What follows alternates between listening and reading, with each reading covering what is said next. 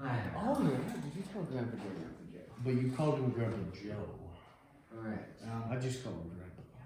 Yeah. Let me tell you. Chapter 10. What are you gonna tell us? Right, let me tell you. I'm actually going to skip chapter 10. I would say for now, probably forever until we need it. The whole thing? Whole thing. But if you go to Wait, that's so sad. Page chapter 10 isn't like halfway through the book. 83, Go to what page? 383.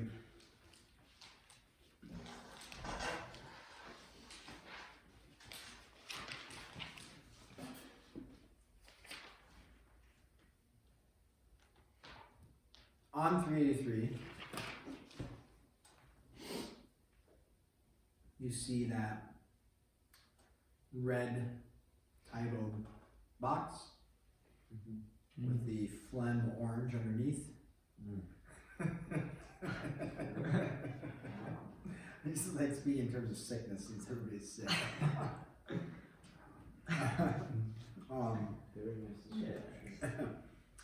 You see there, what chapter 10 is that it's more trigonometric identities. And so, we memorize sine squared plus cosine squared is equal to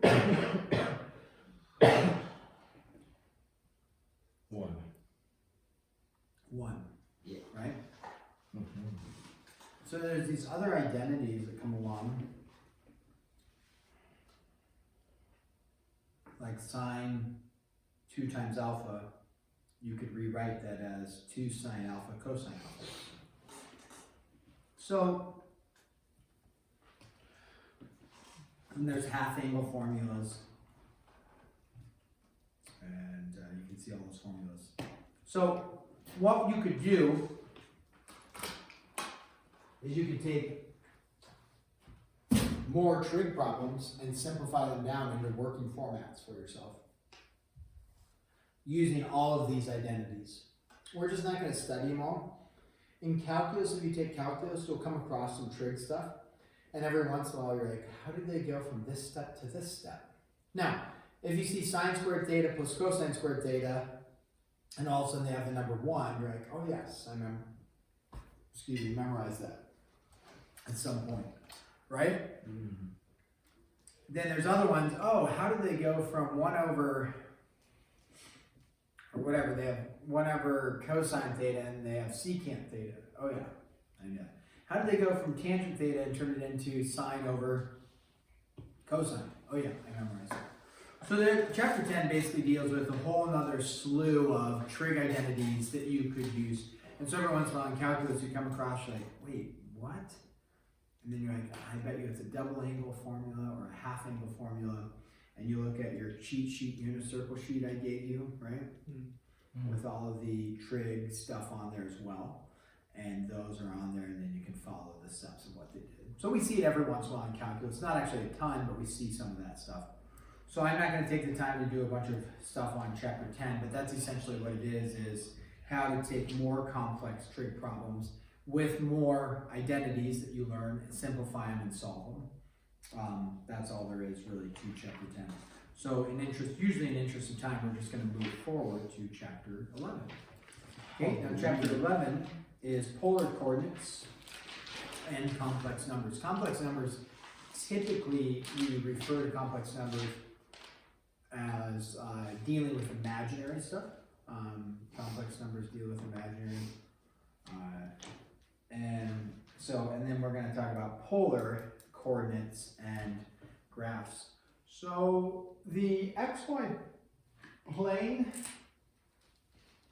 that we're used to graphing stuff on, right? This is x, y. Another word for this is a Cartesian plane. You're going to see that word Cartesian. Cartesian simply means xy plane. Okay. You then can have, right? So you can have, here's your x, comma y, right? And whatever this is. And you're like, okay, this is over 4 up 3. Up 3. Alright, so you know you could have that coordinate point right there. Well, when we talk about polar graphing, what polar coordinates are actually going to be is it's not going to be in terms of x comma y. Polar coordinates, although representing the same kind of thing, polar coordinates are going to be in a r comma theta.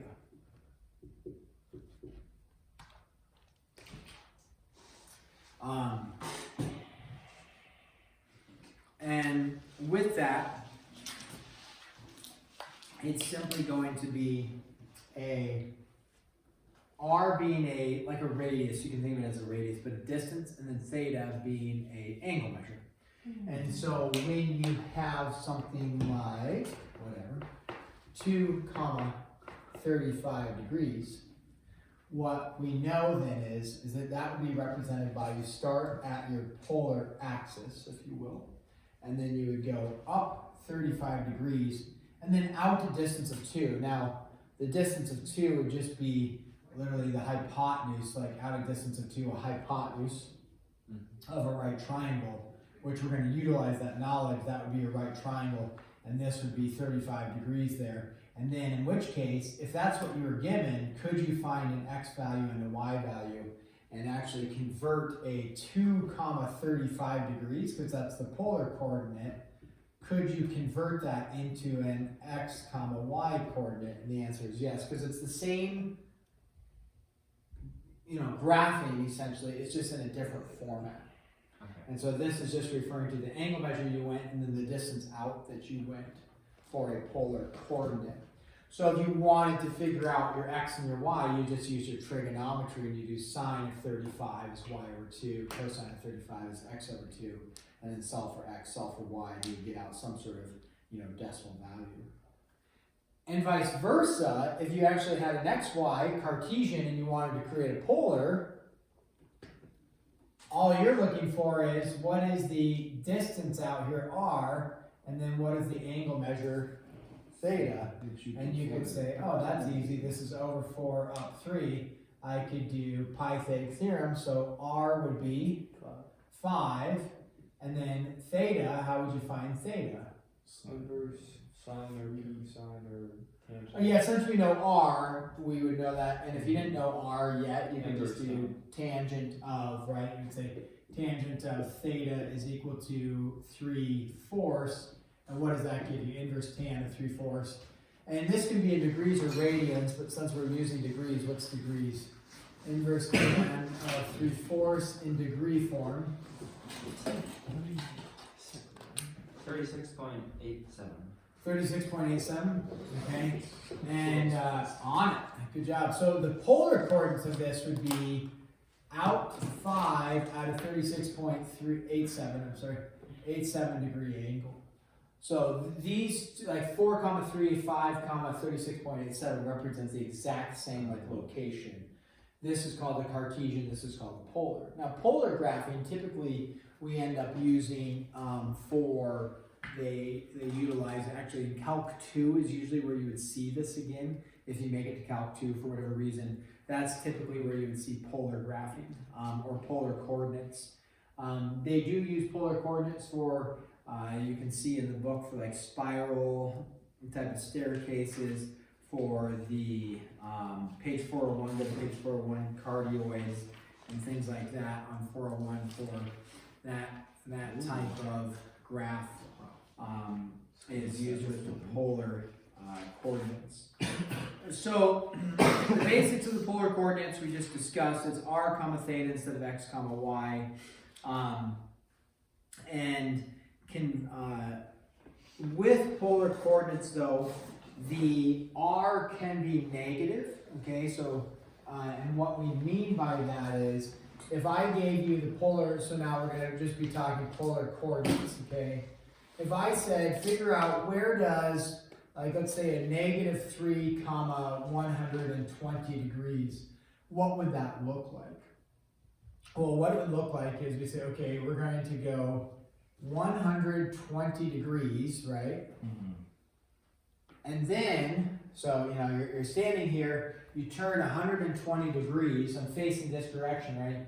But now it's a -3, so do I walk a +3 going out that way, or do I walk a -3 going back that way? And the answer is you're actually going a -3. So you've gone 120 degrees, but then you go out this direction right here. So that actually would be a -3, 120 degrees. Now you could represent that differently with a positive R value, right? How would I represent that? What would that be represented in a positive R value? 300. 300, okay? Where do you get 300 from? Because if I go 360 minus 120, that doesn't work, so where do you get 300 from? Well, you have a line, and so the 120 and x between the x intercept, or the x line, and then the That's 60 Yeah. degrees, Yeah. right? right. That's And therefore, this is 60 yeah, opposite degrees. angles are equal. And then 360 minus 60. vertical angles are equal. What I say? Opposite, but give you a technicality there. So yeah, and then, so you could either go 300 degrees and then out 3, or you could go 120 degrees and then a -3 would get you to the same spot. For the sake of practice, if I wanted to convert that to an x and a y, what is the x, y coordinates of that? Okay, convert that to x, y.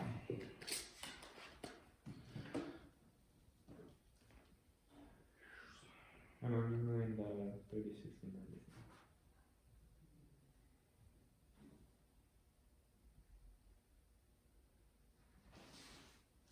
Three halves root 3.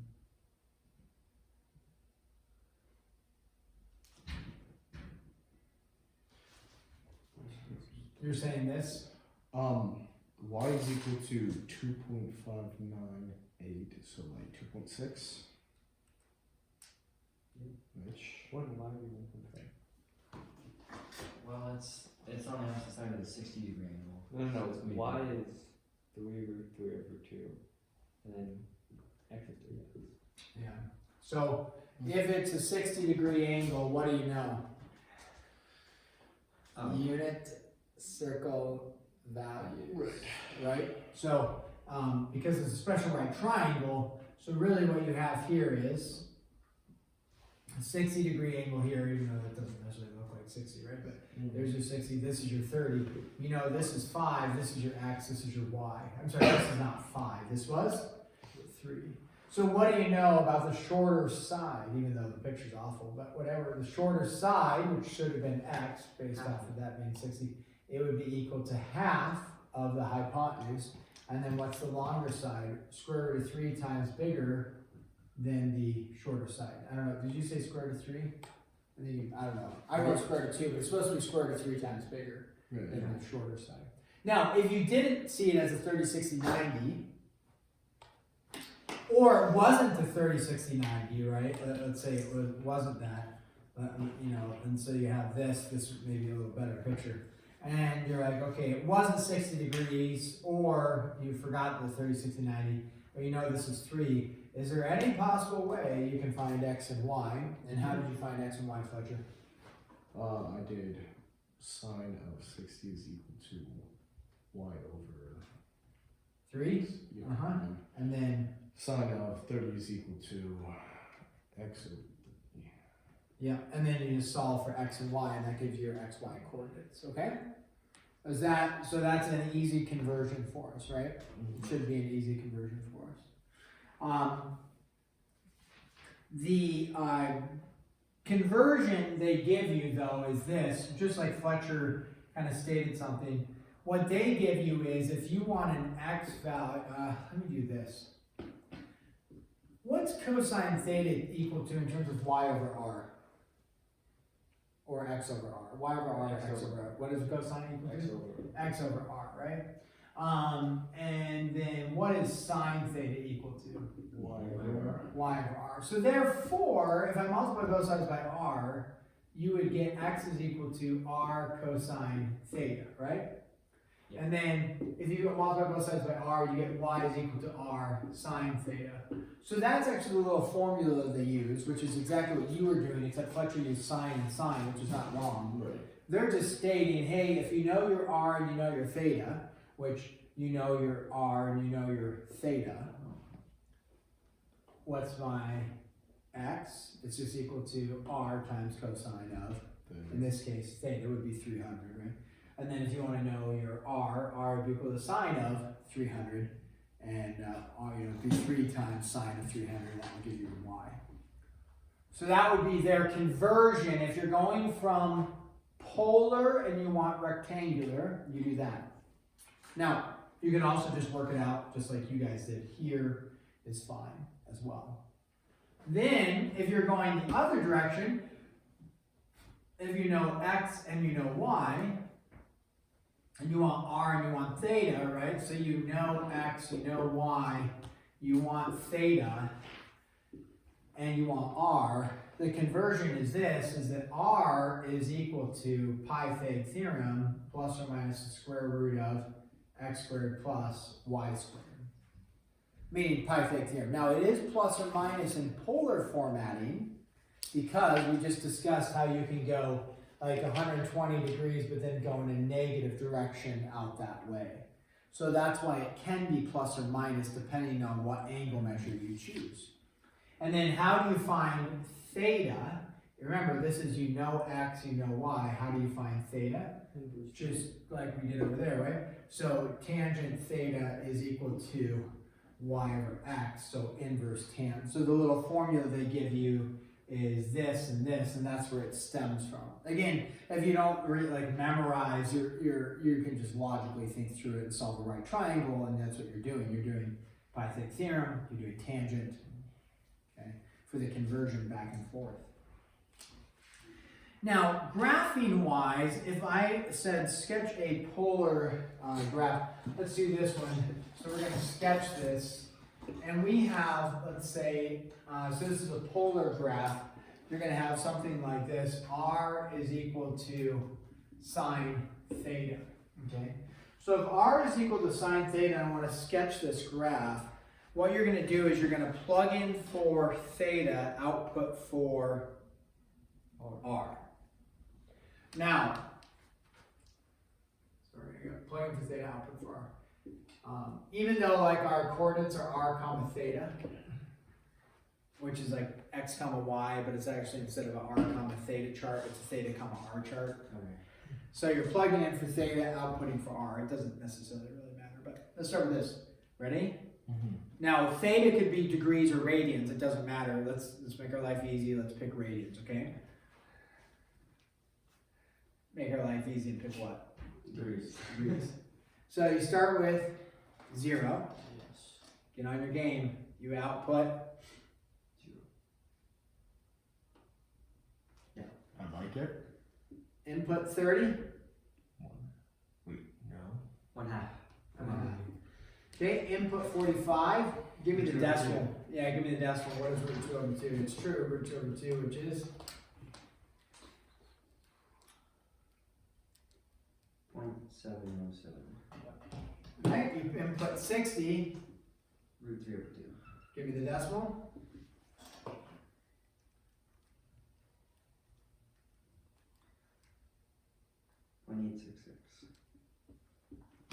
Okay, you input 90. 1. You input 120. Still positive. Oh yeah, 23 over 2. You put in 135. Root 2, 0.77. You put in 50. Sorry. 1/2. Put in 180. 0. You put in 210. Negative 1/2. 225. Negative 7.7. And 240. Negative 0.86. And 270. Negative 1. Negative 1. And then to what? 300, right? Yep. Negative 0.866. 0.866. Okay, Should we stop there? Yes, please.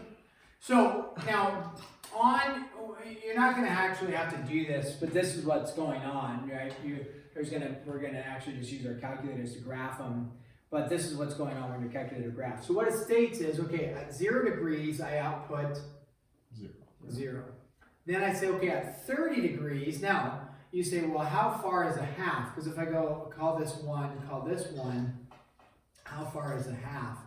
You say, well, a distance of a half, right, is we could measure it that way, but if we're going out that way, then you'd have to figure out, what that looks like. So actually what happens is this, in polar graphing, usually like on some polar graph paper, they would have a circle like this, and this would represent a distance of like 1, and then the next circle out here would be, that's not like very good concentric, but that'd be a distance of 2, and then that, I messed it up, but that would be a distance of 3, right? Yeah. Or you could say, okay, I'm going to let this be a distance of 1, right? And then this is a distance of 2. This is a distance of 1/2. This is a distance of 1.5. You could do that, right? So, or you don't have the circles and you just make an estimate about how far out is a half, and then the next one's 0.707, so it's out farther, right? So on and so forth. So with this picture drawn, then if we say this is a half, that represents a radius, if you will, of 1/2. And so it works out convenient for us. We say, okay, at 30 degrees, right? So just up 30, I go out 1/2, I'm going to make a dot. Now there are a bunch of values in here, we just haven't touched them yet. Meaning, if you plug in 1 degree, 2 degrees, 3 degrees, 4 degrees, so on and so forth. Okay, so then we say if you plug in 45 degrees, like out, about that, you're going to get out 0.707. So 0.707, is somewhere about like that, right? Yeah. Because this is 1, so it's about there. Yeah. And then you plug in 60 degrees, so about this direction, you're getting out, what, 0.866. And then you plug in 90 degrees, and you get out 1. Remember, we called that 1. And then you plug in 120 degrees, and you get out the 0.866. And then you plug in the 135, you get the 0.07. And then you plug in 150 degrees, you get out the 1/2. And then you plug in 180 degrees, and you're back to 0. Now, if you think about that picture you're drawing, and if you're connecting dots, what does it look like we just drew? Circle. A circle, yeah, and you actually have. You've drawn a circle. And now you say, well, whoa, what about 210? Okay, let's go 210. It's just a negative, so it's And then which way do I go? I go backwards, negative 1/2 right to that spot. Yeah. And so then the rest of these negatives are actually going to be going around and going backwards all the same spots. Now that's not always the case. You can have other shapes that are formed, but in this case, it's the case that you're just going backwards, and then you would, obviously my picture's a little bit off, but we would get some sort of circle there. Now in your calculator, you're not going to have these concentric circles to base it off of. It's just going to graph. It would just graph the circle like that. You wouldn't have all those concentric circles. Now we're getting a little short on time. Already late, time's almost up. Wow. I'm not going to pull up the graph. That sounds like work. This would be like a really intense polar graphing hard copy. I don't know if you can kind of see that, can you? Well, yeah. And so it has actually it should be labeled like this.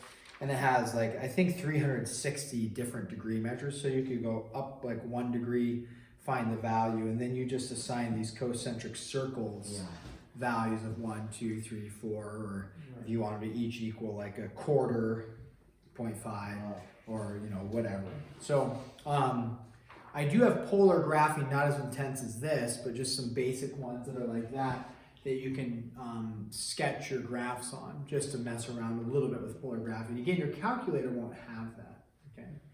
So this, r equals sine theta, there you go, right? We did it longhand. Now, over here we were discussing, hey, you've got a polar coordinate, boom, we convert it, you have a rectangular coordinate. Hey, you've got a polar coordinate, 2, 35. Hey, that's actually a rectangular. You can do a rectangular for it. Or hey, you've got a rectangular. You can do a polar. It represents the same thing, right? So then the question would be here is, hey, you've got a polar equation. What did that polar equation just graph? A circle. Don't we have a circle equation? Yes. Yeah, we do. And you would look at this, and if you had to guess, what would this circle equation be? Do you remember the circle equation? Is it x minus h y minus k equals r? Right? Radius is What would you guess the radius is? 1/2. Oh yeah, So this would be x 1/4. squared Or, yeah, sorry. y plus. Plus 1/2. Oh yeah, 1/2 Oh, sorry, yeah. equals 1/4. squared. 1/4. 1/4. yeah 1/4 because it's 1/2 squared, which would be 1/4, right? Now, that looks approximately like what we've done. So you say, well, wow, so we were just gonna have to look at a graph and just gonna, figure out what the center is, and then, or is there an algebraic approach and say, hey, take your polar equation and turn it into a rectangular or a Cartesian equation? Cartesian. And the answer is yes. In a Cartesian equation, you'll notice I have an x and a y. I do not have a theta and a r. Can we get rid of my r? Sure. Oh yeah. What does r equal? That. Okay. So r is equal to, if you will, we can put the plus or minus. When we go to convert it, actually, because when we're talking about a circle equation, the radius is it's always positive when we have a Cartesian circle equation. And then what is sine theta equal to? Well, sine theta, right up here, is equal to what? Y over r. So you say y over, and what is r in this case? What do you know r is? X squared plus y squared. The square root of it, right? So you multiply both sides by the square root of x squared plus y squared, and you end up with x squared plus y squared is equal to what? You then subtract the y, and then what have I just set up right there? Factor. Completing. The square. Yeah. Wow. And this would be negative 1 over 2 quantity squared to both sides. And this would be x squared plus y minus 1/2 squared is equal to, what's that squared? 1/4. And then sure enough, that's the one we just did looking at. Wait, from the first step to the second step, you just multiply both sides By the square root of x squared plus y squared to get Right. this out of there over here. Okay. And then the square roots cancel. Right, okay. Does So- it matter with the, because you said the radius is always positive. Yeah, so I mean, Yeah. technically it's like, yeah, that's, Okay. yeah, the rate when you're doing the Cartesian conversion into a circle equation or a general Cartesian equation, the plus or minus you get rid of. Okay. Now, there are other problems that you have to do that it's not as nice and neat, and because it doesn't work out to be a circle. And those ones I'll discuss, like your Cartesian, where you don't have to do as much work on it to get it exactly in that nice format. But that's pretty sweet to end up in that format, isn't it? Okay, now let's give you some HW Yes. to get started on. We got to do a few more problems tomorrow. So.